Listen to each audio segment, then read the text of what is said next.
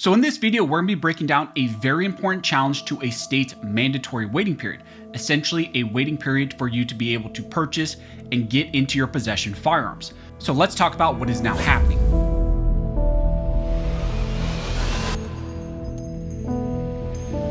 So as I mentioned in the intro, in this video, we're going to be talking about a Second Amendment challenge to a state's mandatory waiting period. Essentially, a state put in place a 7-day waiting period. This is a challenge to the state of New Mexico and the governor putting in place tyrannical gun control laws.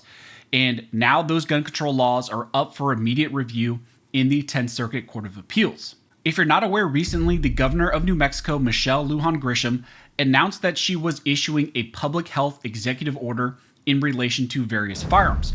Now, through that order, the governor also attempted to suspend the right to carry open or concealed for about 30 days within the city of Albuquerque and then also some surrounding counties. The governor claimed that there was a statewide public health emergency, which she claimed was tied to gun violence.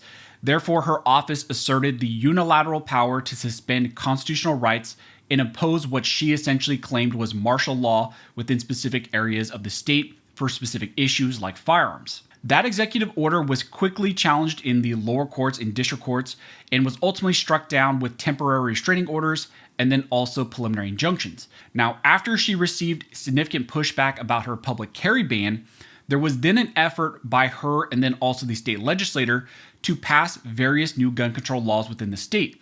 And they ultimately did pass some new gun control laws. She signed them into law, and one of those big ones was a mandatory 7-day waiting period for the purchase and possession of firearms. The law in question is HB 192, also known as the Waiting Period Act, and it was signed into law by the governor on March 4th, 2024. The Waiting Period Act created a new criminal offense, which is entitled unlawful sale of a firearm before required waiting period ends.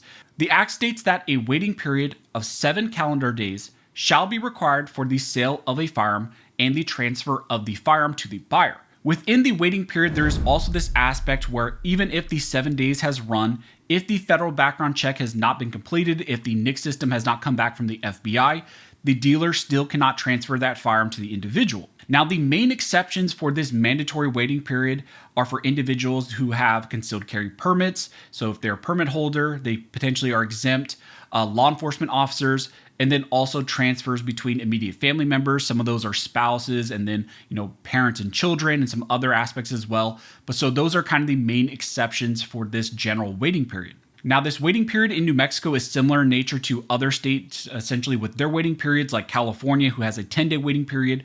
The state of New Mexico wanted to make this a little bit more palatable, so they put only 7 days. Initially, they had proposed 14 days, but I believe they got a ton of pushback because of the 14 days, so then they dropped it to 7 days. Now, ultimately, this law was challenged in a federal district court in New Mexico, and initially, the plaintiffs in this case asked for the district court to grant a TRO, a temporary restraining order, and then also, after that, a preliminary injunction, essentially to halt this new waiting period from going into effect and essentially putting a halt on it before it could be enforced. However, on review, the district court denied both the TRO and the preliminary injunction, finding that in his eyes, the 7-day waiting period does not violate the Second Amendment at all, and that it does not violate Bruin's analysis. Now, to obtain a TRO or a preliminary injunction, that form of relief, the plaintiff must establish first a substantial likelihood of prevailing on the merits. That's a likelihood of success on the merits. 2, irreparable harm unless the injunction is issued. 3, that the threatened injury outweighs the harm that the preliminary injunction may cause the opposing party. And 4, that the injunction, if issued, will not affect the public's interest. So in this case, the plaintiffs sought the TRO and the preliminary injunction. They wanted the court to put a temporary halt on the waiting period, but both were denied. Now, what's really interesting about this is how the district court reached their decision. When they looked at the factors, they found that the plaintiffs here did not show a likelihood of success on the merits, and that was one of the main things. But how they came to that conclusion is a little bit shocking. The court found that purchasing a firearm is not conduct protected by the text of the Second Amendment. The court instead argues that it is merely commercial conduct, and that is merely what's being regulated there, commercial conduct, and therefore this law, the waiting period, is not a violation of the Second Amendment. One of the very shocking things, like I mentioned, is the fact that the district court found that purchasing firearms is not conduct protected by the Second Amendment. They claim that only the right to keep and bear arms is protected by the Second Amendment, but purchase is not implicated at all. Maybe on a side issue it could be implicated, but here, looking only at the text, the court found that purchasing firearms is not protected. In the decision, the court stated that first, the court concludes that the Second Amendment's plain text does not cover the conduct that the Waiting Period Act restrains, purchasing a firearm. Moreover, and relatedly, the Waiting Period Act does not so broadly constrain the conduct of obtaining a firearm that it meaningfully constrains the right to keep and bear arms. Second, the court concludes that the Waiting Period Act is a presumptively lawful law imposing conditions and qualifications on the commercial sale of arms, because the Waiting Period Act 1.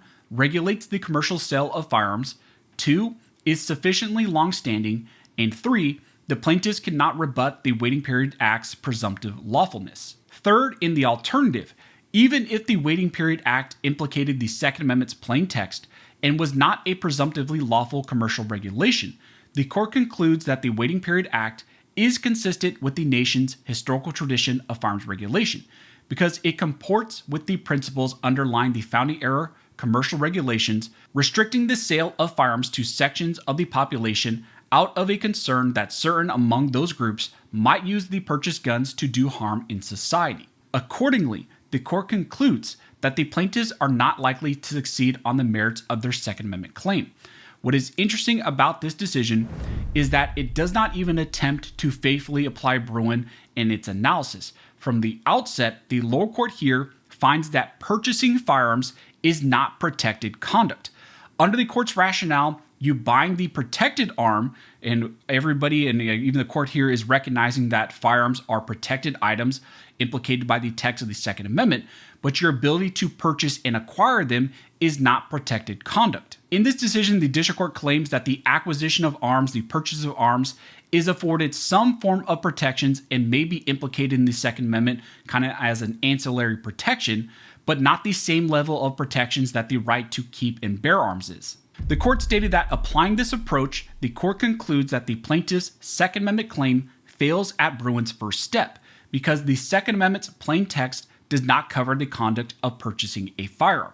The district court tries to argue that they are performing a textualist review of the Second Amendment. They're looking at the plain text, but I don't think any textualist looking at the text of the Second Amendment would come to the conclusion that the right to keep and bear arms does not implicate or protect the ability to purchase arms, to essentially come into possession of those arms which are protected. And also to think that the founders wrote the Second Amendment in a way that the government could completely restrict or limit the sale and acquisition of firearms is pretty much laughable. And even the lower court here acknowledges that no way does the text of the Second Amendment mean that the state here could completely just ban the purchase and acquisition of firearms. They have to concede that also, but still they don't think that this right is implicated. The court acknowledges that this line of logic could lead to the government completely stopping the sale of firearms, and to this the court simply states that if a sales restriction goes too far, as it essentially infringes on the right to keep and bear arms, well then that would be a violation.